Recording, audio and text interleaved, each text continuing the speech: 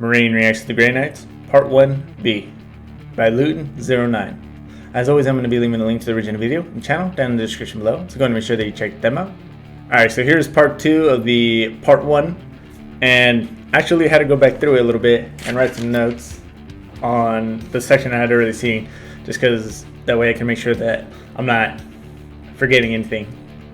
And there is a song, I am starting to get a little feeling with this video, and people have also mentioned it, that some of this, or if not all of it, so far at least, is happening in 30K.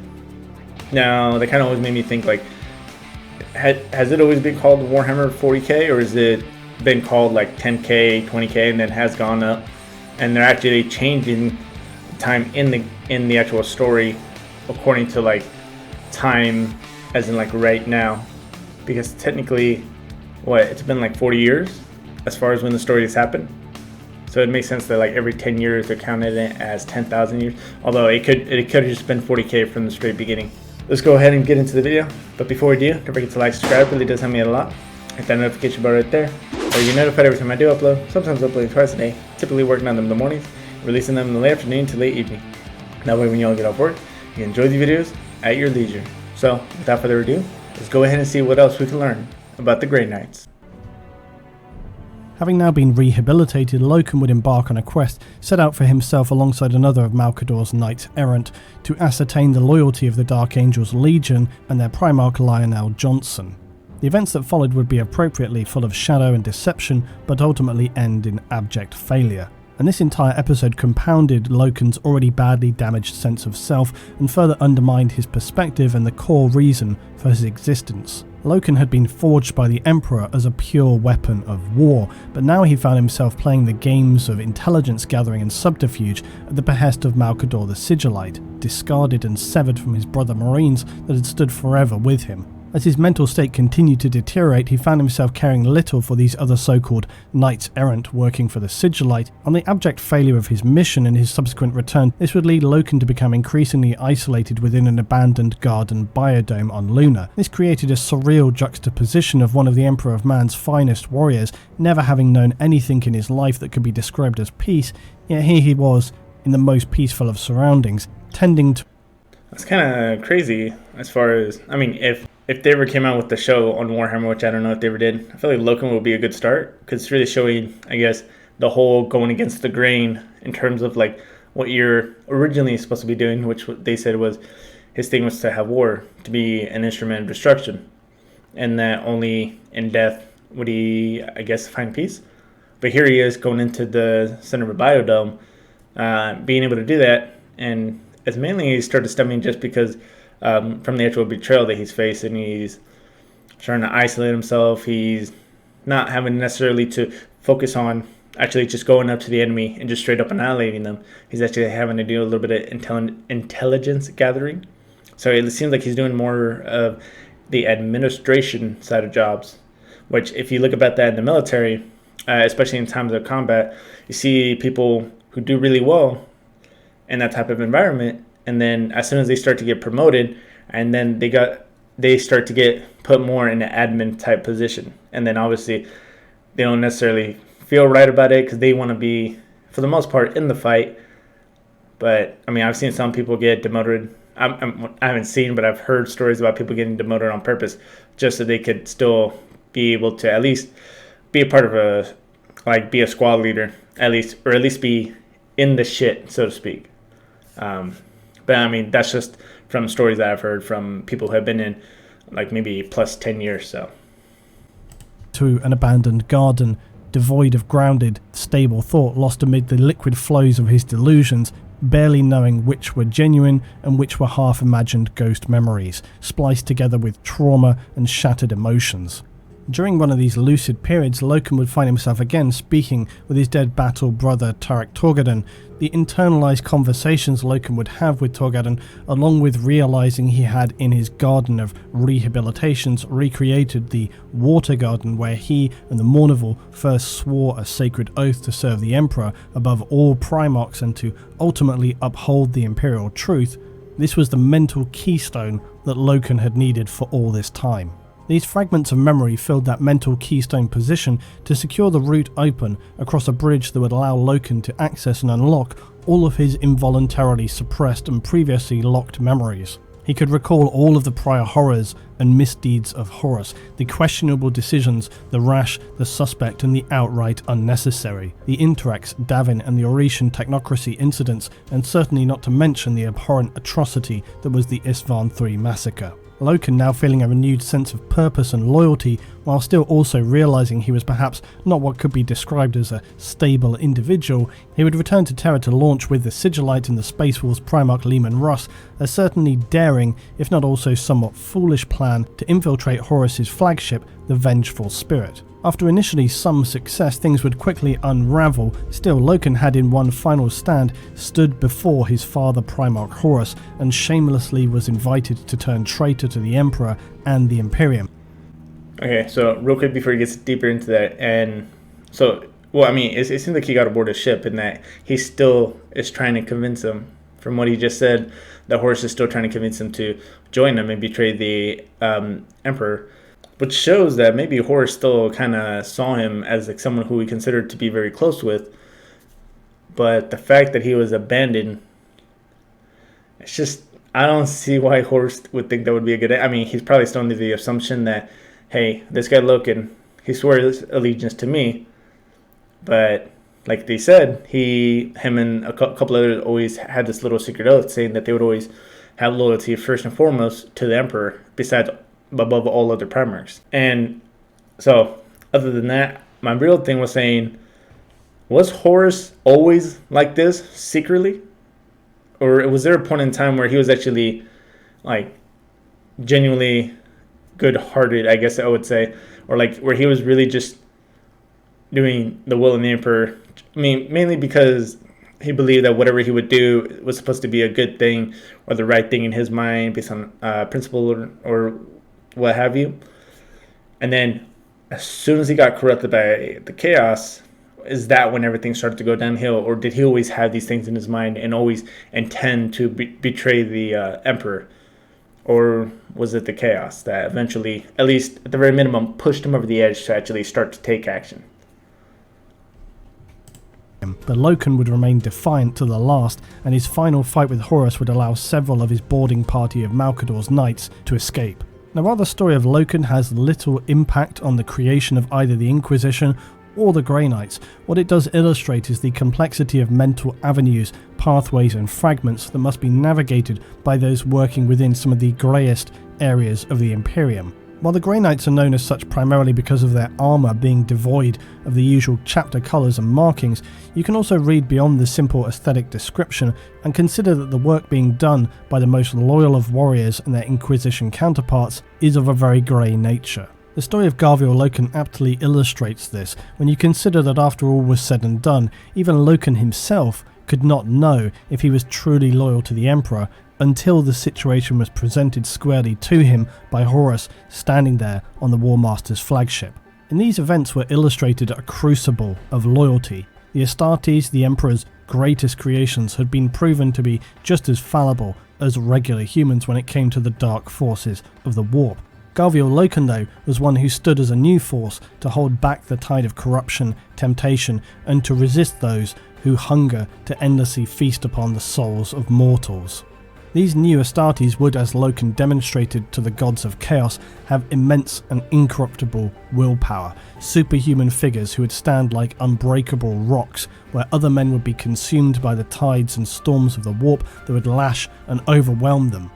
Those of this new breed of warrior would stand firm, a force that could not be broken or kneel, a soldier who would scream fury into the void and care not what was given back in return. A symbol of the Imperium that would choose obliteration than suffer the indignant despair of corruption. The minions of chaos now had truly something to fear, for how can a force that's very existence revolves around corruption defeat the incorruptible?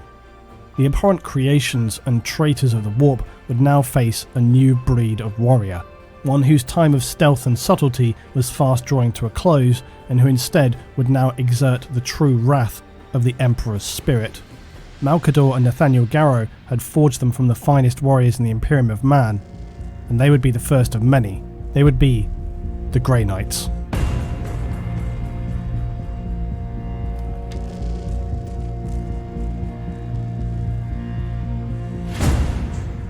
In the despair and darkness that was the Horus Heresy, the Grey Knights were a new hope.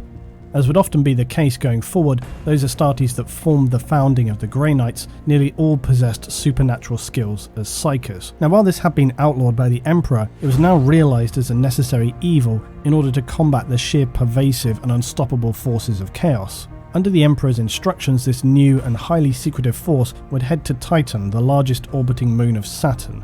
Malkador would accompany his new force and assist in the development of their order, which would be heavily intertwined with what would become the Ordo Malleus and the Inquisition. These Astartes, carrying the already highly advanced genetic adaptations of the Space Marines, married with unbreakable mental strength, strong psychic powers, and some of the most advanced war gear available at the time, the early Grey Knights were beyond what would be described as an elite fighting force. They were the zenith of what every Astartes aspired to be, or had aspired to be, before things had gone so catastrophically awry. The story of the Inquisition diverges at this point, as the 4 human lords chosen by Malkador would set out to lay the framework of what would later become the much feared Inquisition. Malkador, though, would lead the 8 Astartes to the secretly created fortress monastery on Titan, and what they found was a heavily pre-prepared base of operations for a brand new order of Space Marines.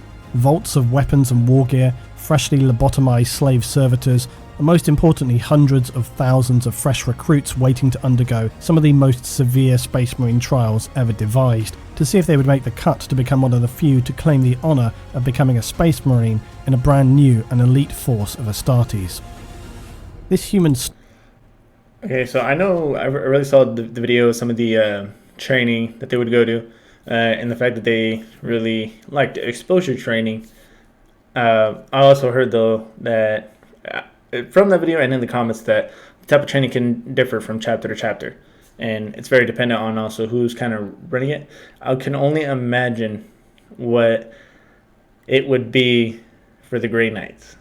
I mean, first of all, I mean, you would have to, like he said, since they all perform some kind of natural talent or special talent, primarily all being very incredible, powerful psychers. So stock material had already faced far-reaching tests to even reach this stage, as Malkador's servants had searched millions of Imperial worlds for these raw recruits, crawling around inside their mind, scraping their synapses raw for any signs of chaotic corruption. A process that would leave some insane and others broken, blackened shells, foaming at the mouth from having their minds scratched apart and ultimately collapsing into helpless vegetative states to likely then be processed as biomatter recycling. For those with the mental strength to endure and survive, they now found themselves ready to begin all over again and face trials that would test the resolve of even a hardened Astartes.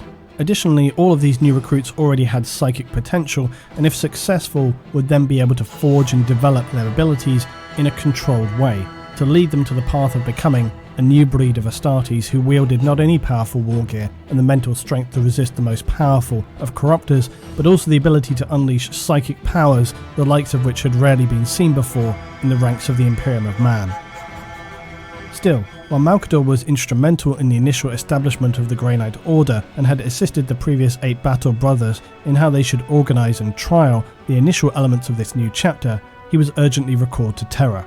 The Heresy War was becoming ever more severe, and events around Terra itself were coming finally to a head. Malkador would carry out 2 further tasks in selecting the Grand Master for the Grey Knights from the 8 Astartes, to some surprise not choosing Nathaniel Garrow, but a Marine known as Janus.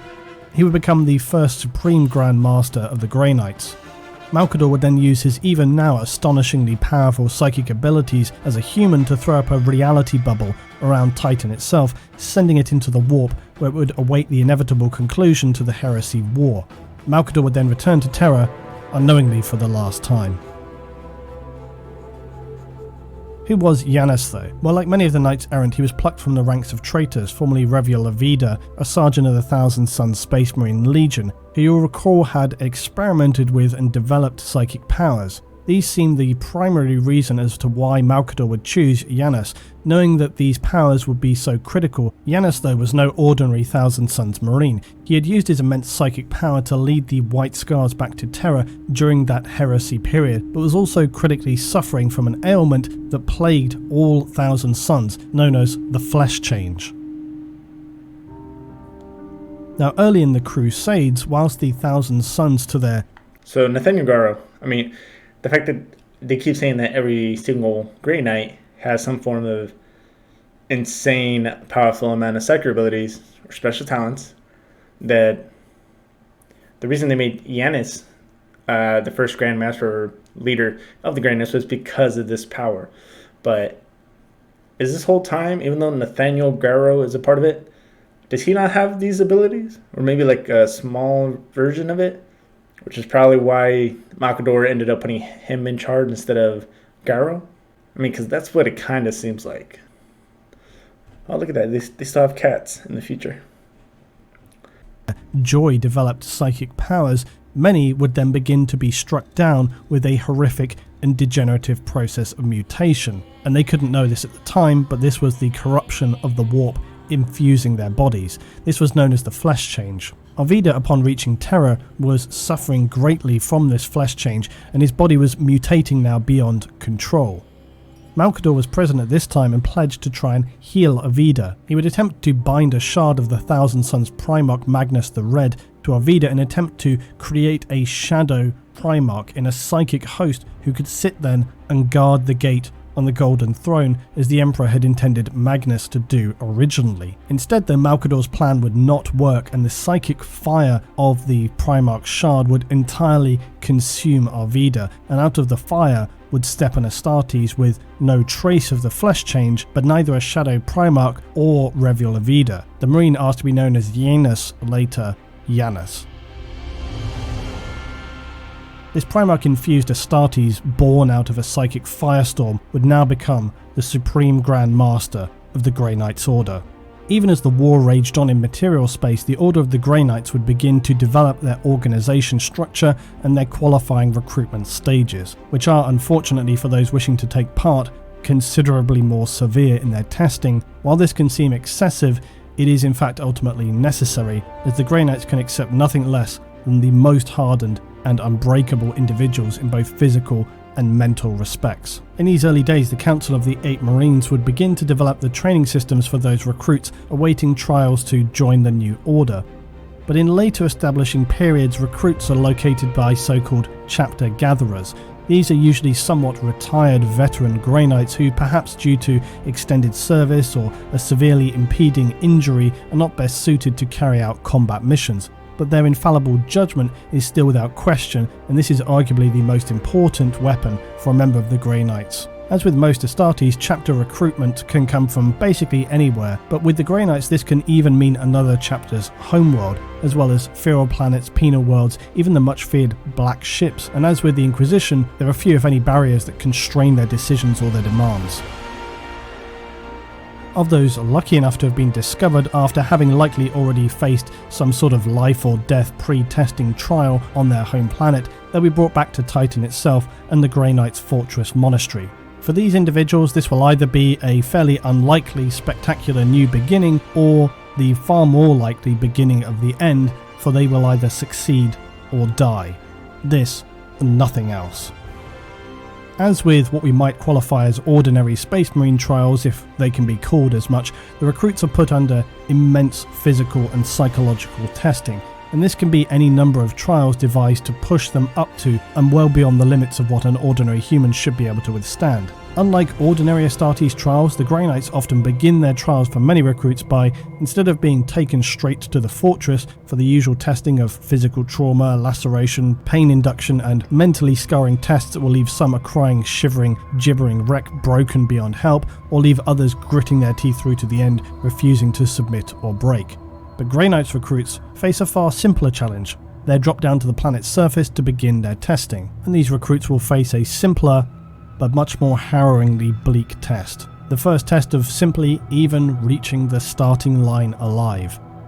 There are some exceptions, of course, recruits who might show very special promise in their psychic abilities, and any number of other factors can be taken just straight to the fortress proper, but this is the rare minority. Most new recruits will be instead dropped with little regard into the frozen wastes of Titan with no suitable clothing for the soul-destroying task ahead. And while Titan itself had been terraformed years ago, the planet is still a barren, inhospitable wasteland.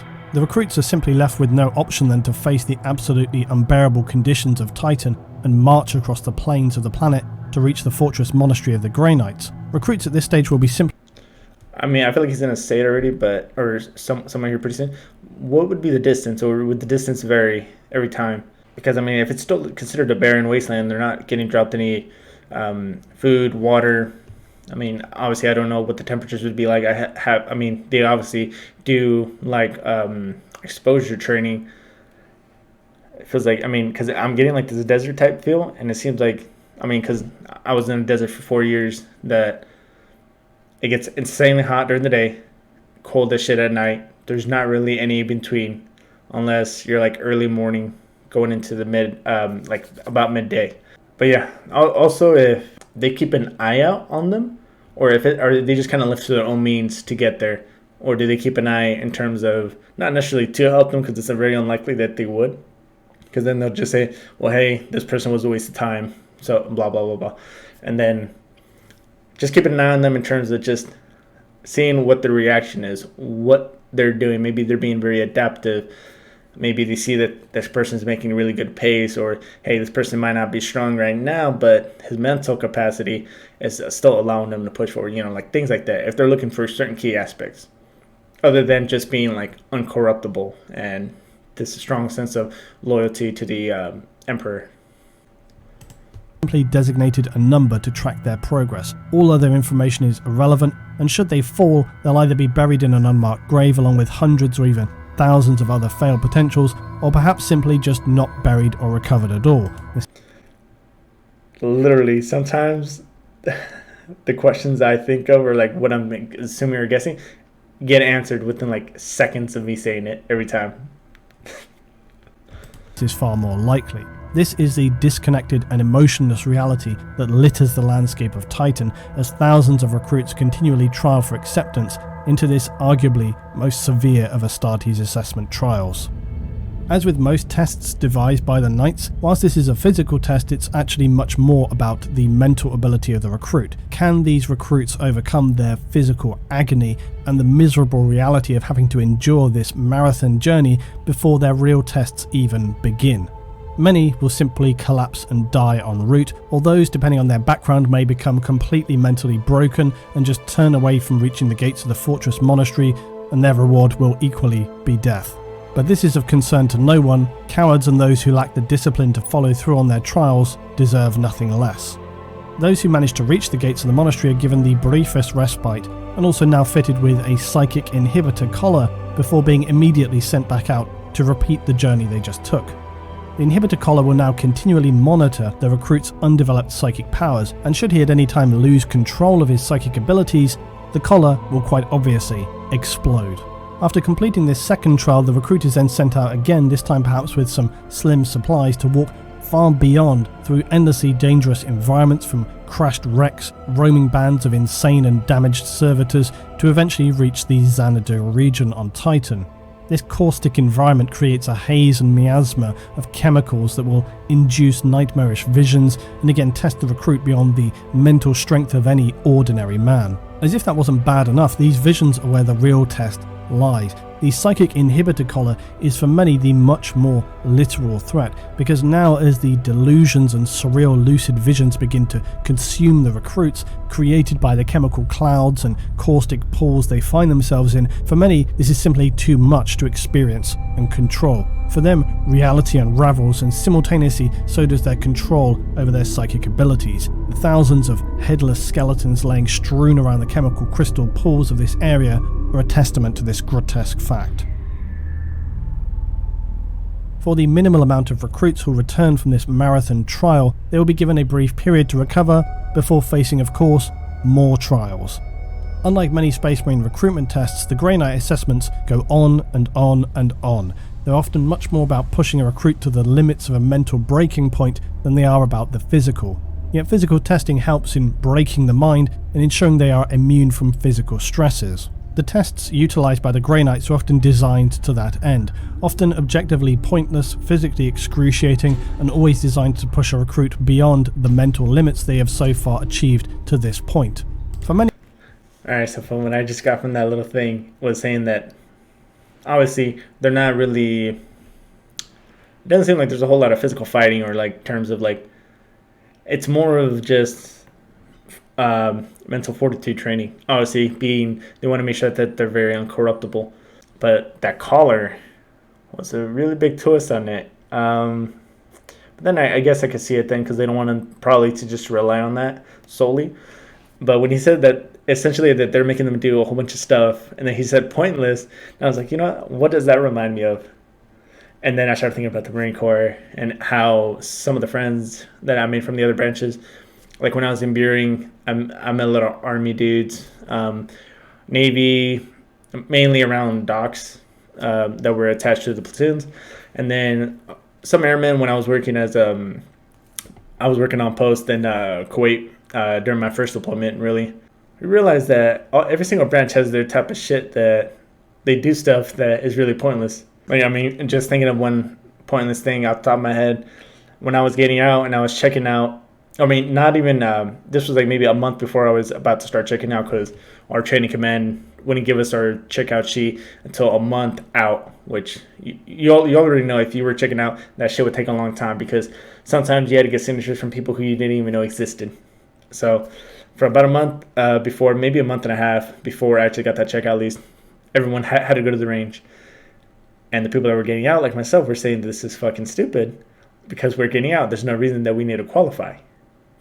And then he was the lieutenant, acting captain at the time, saying, well, hey, I don't want anyone at the very last minute to say they want to re-enlist and then they got to get a rifle score. It's like, okay, well, how about you pull them to the group, to a side, and then keep an eye on them. Let the rest of us get out. And just so many pointless shit, like moving sandbags literally from like 10 feet here to 10 feet over there, just because it gives you a slightly better angle.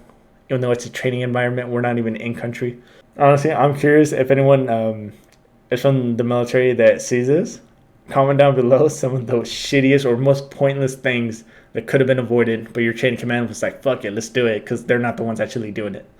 The largest test is simply not knowing at what point these unbearable trials will end. These tests will continue until the assessing Grey Knight determines that a recruit has done enough to warrant initiation into the chapter, so that now their true training can begin. Those who qualify will obviously be extreme in the few, which is entirely the point.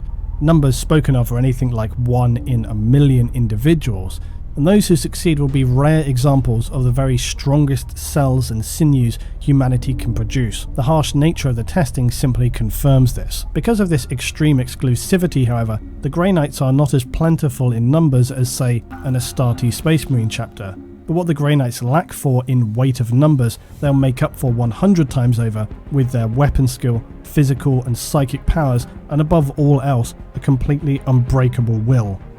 Unsurprisingly then, after reaching this point is where the real trials begin. And as with the standard Astartes, advanced bioengineering and surgery are used to develop and condition aspirants what will be required of them in the months and years to come. Grey Knights will also have silver hexagrammic purity wards embedded under their skin and throughout their entire body. This is to enable them to be essentially untouchable by demonic entities, to be able to stand naked against the power and raging storms of the warp. Grey Knight aspirants will also need to pass the 666 rituals of detestation. These ritual trials are said to be nightmarish enough to mentally break even a veteran Astartes, but at this stage comes arguably the most severe test of a recruit. All recruits reaching this stage will then have their minds scrubbed and memories of their previous lives up to this point wiped. But the reason for this is to even more assuredly secure loyalty to the Emperor and simultaneously prevent potential horrors of the warp using a knight's own memories, fears, connections, desires against them. Additionally, they will have their names erased and they will be given new names past this point for the same reason, to disconnect them from their previous lives, family connections, because names can actually hold power over demons. And as such, Grey Knight names are carefully chosen to carry significant resonance within the warp. Their names will be arcanely crafted by the chapter scholars to work as a binary opposite to a specific known demon of the warp. As you begin to learn more about what it is to be a Grey Knight, you see that they're not simply hacking and slashing demon-hunting warriors battling the forces that seek to destroy the Imperium. To be a Grey Knight is to be purged of all that you are and were, and to become a literal living weapon of the Emperor. Understanding this gives more strength to their scripture and their sayings that are not designed simply to sound terrifying, but are a very real interpretation of what it means to be a member of the Order of the Grey Knights. This is why they will often refer to themselves as the vengeance weapon and the blade of the Emperor. They see themselves as quite literal extensions of the Emperor himself, not individual glory-seeking warriors, simple, pure implements of his will. To demons in the warp, even hearing their opposing Grey Knight's name spoken aloud causes them intentional, terrible pain. For standard Space Marine aspirants, they'll start out as Scout Marines and they don't initially wear full suits of power armor. That honor comes later for them, but this is not the case for those in the Grey Knights. A successful Grey Knight aspirant for the chapter, because of the severity of the trials but also the nature of their battles, means that they are immediately issued a full power armor suit and pushed into full service as a Marine of the Grey Knight chapter. Elite is really not a term that can quantify the scale of achievement that is secured by becoming a Grey Knight Space Marine, becoming one of those 1 in a million individuals. But it would be fair to consider why anybody would put themselves in that position in the first place. And the answer to that is really very simple. Most applicants for the Grey Knights probably know very little of what awaits them. They will, however, be carefully selected by the veteran Grey Knights who visit their homeworld, and for those who are chosen by what to those humans must appear to be demi-god-like figures they never dreamed they'd see with their own eyes, the idea of refusing selection would be unthinkable, as fears of tarnishing themselves and their families with severe dishonor and shame would be rife. Unbeknownst to them, of course. So essentially, if you get chosen, you pretty much have to do it, which obviously it comes with the high possibility of you just dying. Of course, their families would likely be mind-wiped after the whole process anyway, but those rare few who show the strength, courage, and above all indomitable human spirit to survive and proceed to the next stages of testing will hold with them the most powerful weapon any Grey Knight would choose to have, an absolute and unbreakable faith in the Emperor of Man and the Imperium. And that, to begin with, is surely enough. Alright, let's go ahead and talk about that for a minute. Everything out during the video. As for right now, I only have questions actually, but I'm down this time. And I took notes from the first one, or from the first half of this video. So, the real question was, as far as the Grey Knights and their training, right? Or say, for example, any other... You know what? No, never mind. Specifically the Grey Knights.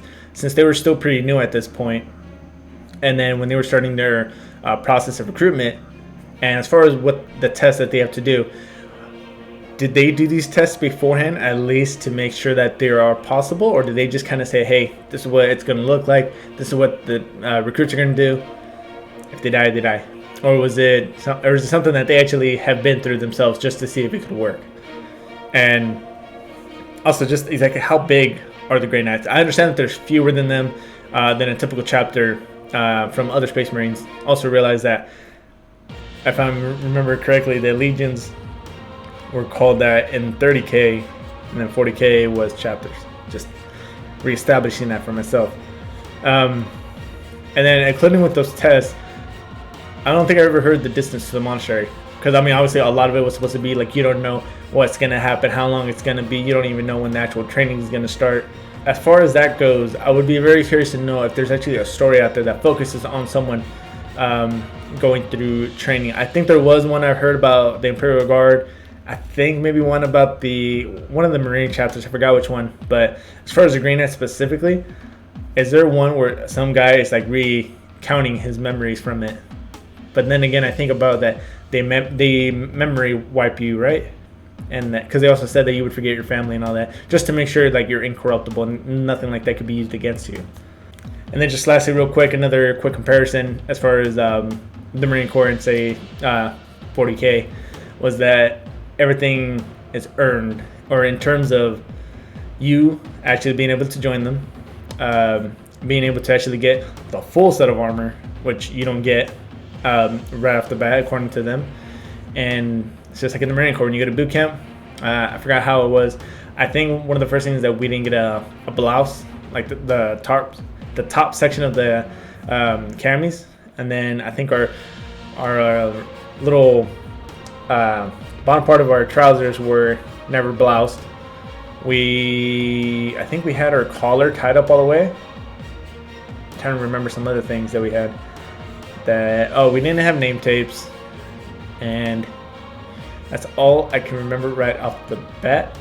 I think we also had like a little belt that we would use on our like the little web belt, I think it was called. And then after a while, you get your McMat belt. You start to be able to blast with your boot bands. God. And actually, we're able to take off the top button. You get name tips eventually.